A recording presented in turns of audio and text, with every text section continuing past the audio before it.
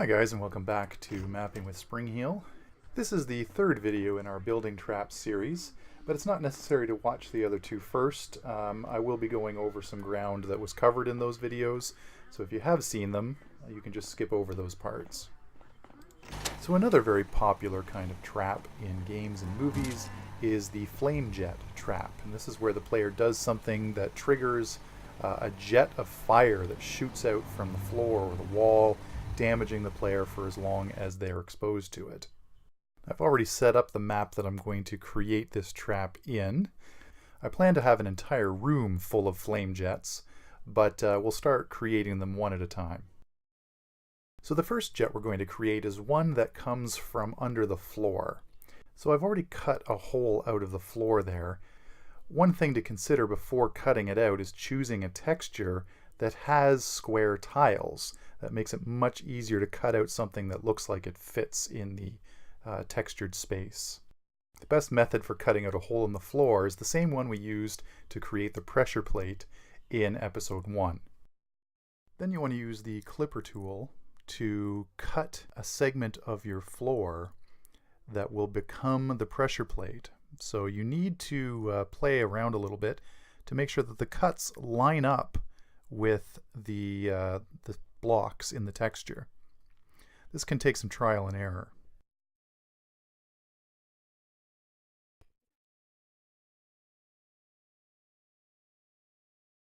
So I'm going to create a decal, move it up close to the top of the hole, and then give it a grate texture so it's a little bit see-through. That way if the player looks down, they can see the fire kind of coming from below the grate.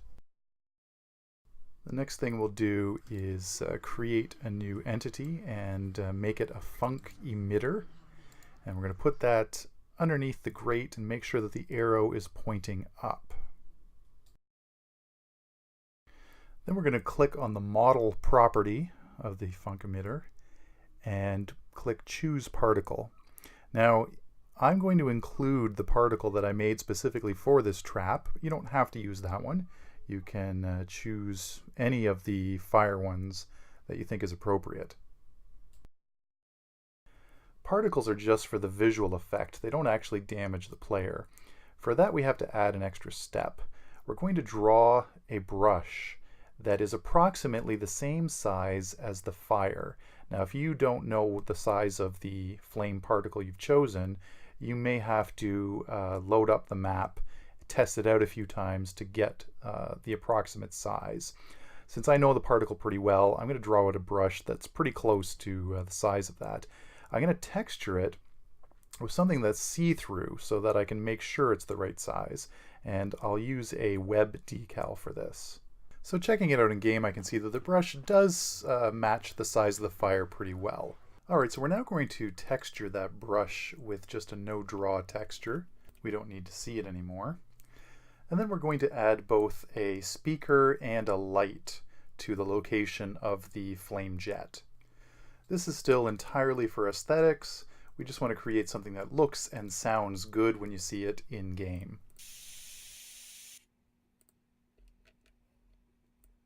Remember to put the looping property on your speaker.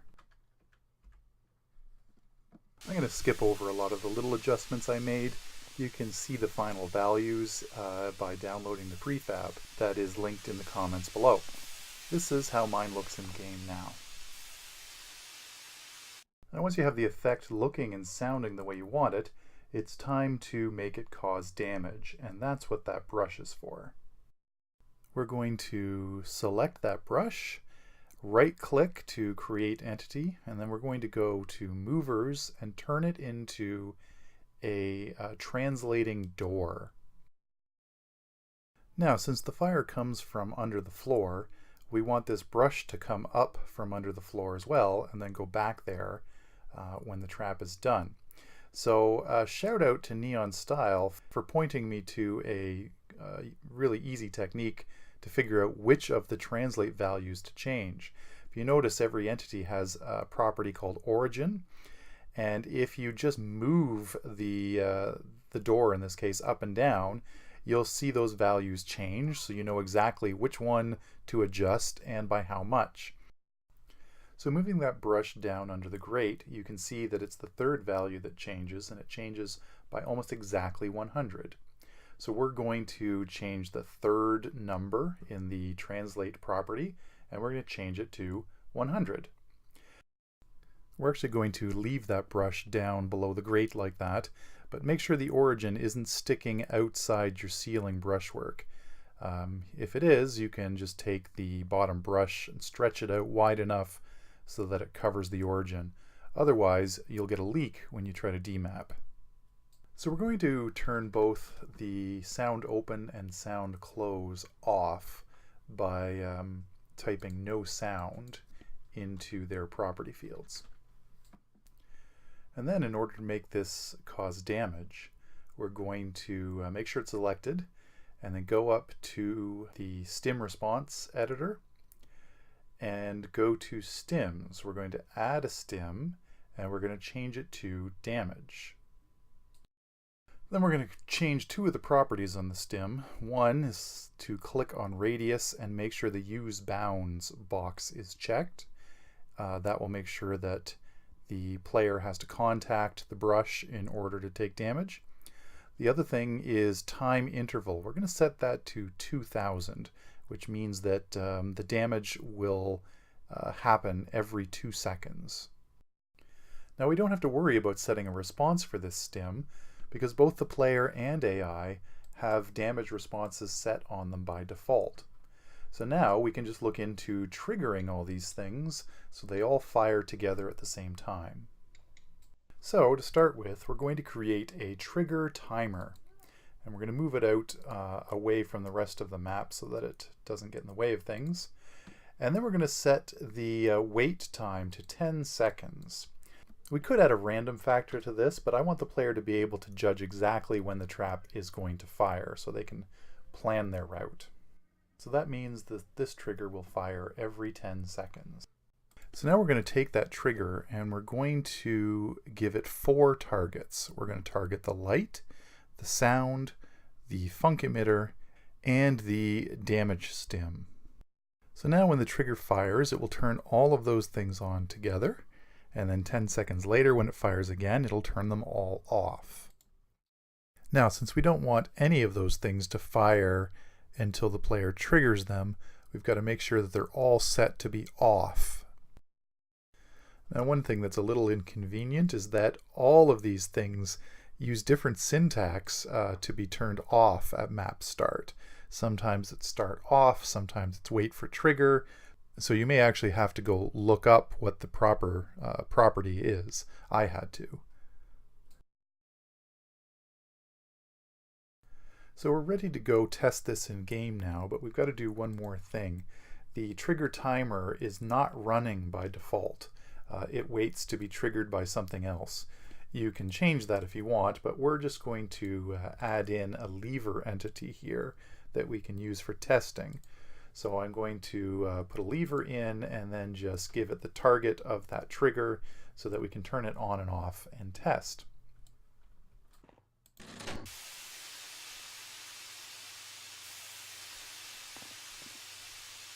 Alright, and you can see that in general it's working pretty well. It turns on for 10 seconds, turns off for 10 seconds.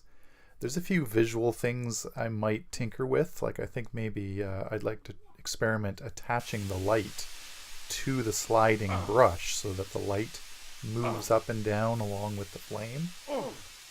As you can see that the player isn't taking that much damage from standing inside that fire. We could change the response on the player to increase the amount of damage, but I think what we'll do is just speed up how often the damage fires. So we're going to open up in that stim response editor and change the interval from 2 seconds to 1 second. Alright, so off camera I bound the light to the sliding damage brush and also replaced the grate texture with one that was actually transparent. I'm a lot happier with the visuals now. You can also see that the damage seems a little bit more realistic. Now, one more thing just for completeness. we're going to take that sliding damage brush and also add a fire stim to it so that any flammable objects like torches or candles that are put into the flame will actually react accordingly. Now if we wanted to get really fancy, we could put a water response on that damage brush and have the response trigger the trigger timer so that when the player shot the fire with a water arrow, it would actually cause the flame to turn off. I'm not going to do that though, because I think this flame looks powerful enough that the player shouldn't expect water arrows to affect it. So this trap is pretty much done now. The only thing we'd have to do is decide what's going to set the trigger off. We could have it triggered from the door so that as soon as the player opens the door, the trigger timer is set off. But I want to have an entire room full of these things, so we're going to add a couple more. Now you might have noticed these ornaments on the wall. I'm going to have some flame jets that come out of them. They're actually just copied and pasted from our first trap in episode 1. I'll show you how I made them. To create this, all I did was draw out a brush, look for an appropriate texture, and then took a pipe mount model and using one of the new Dark Radiant tools to resize it, shrunk it to fit over the center of the block. And then I just put a dark decal in the middle just to make it look like there was a hole there. So the first thing I'm going to do is take all 4 components of the trap. So that's the light, the sound, the particle, and the damage brush. I'm going to copy them and then group them together. Then I'm going to rotate the entire group and then move the entire thing into position so it's lined up with one of the holes in the wall. Make sure that the damage brush doesn't stick out beyond the wall, because if it does, the player can touch it even when the trap's not active. Eventually we're going to want these jets to fire at different times, so we're going to give this its own trigger timer. Create a new trigger entity, and then you've got to give it the targets of each of those 4 components. You'll have to ungroup it in order to do that.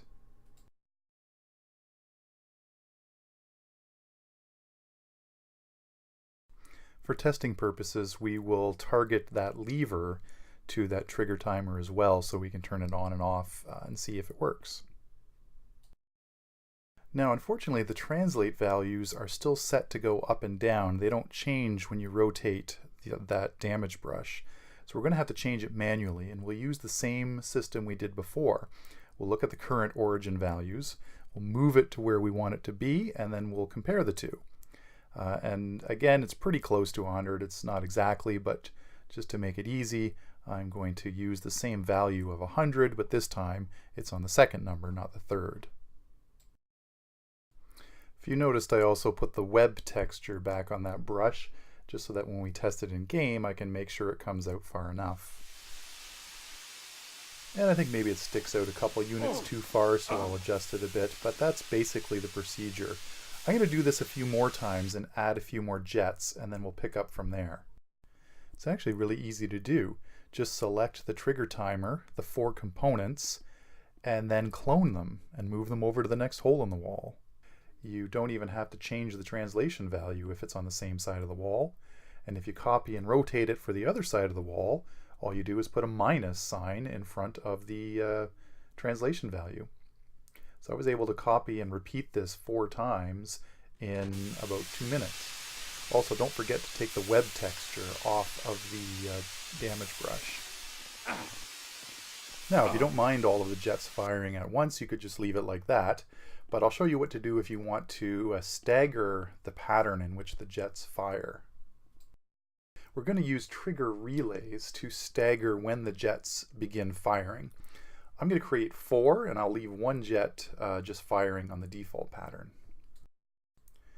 Now, on each of these relays, you can add a property called delay, and then just the number of seconds that you want to wait before the jet starts firing. You could have more than 1 jet connected to a single trigger relay, but I'm going to give each of the 4 a different value. The next thing then is to give each trigger relay a target of one of the trigger timers. So you're going to connect those two things. So the trigger relay will fire and that will activate the trigger timer. The trigger timer activates the jet. I'm just going to connect these randomly. You might want to plan out some kind of pattern or something if you were doing this for real. I'm not going to worry about that since it's just for demonstration. So next we have to decide what is going to set the whole thing off, what is going to target those trigger relays. First of all, we can delete the switch that we added in there just for testing. We'll get rid of that. And my idea is to have this room activated the first time the player opens the door. Now doors will trigger things automatically when they're opened, but we only want to trigger this once. We don't want the trap to turn off if the player opens the door a second time. So first we're going to need to create a trigger once. This requires drawing out a small brush, going to the create entity, and then going to trigger once. Make sure you put the brush somewhere the player can't touch it, because that will activate it as well. We'll take that trigger once and then target it to all 4 trigger relays. You also need to make sure you target it to the one trigger timer that doesn't have a relay. Now we click on the door that we want to activate the traps and give it the target of the trigger once.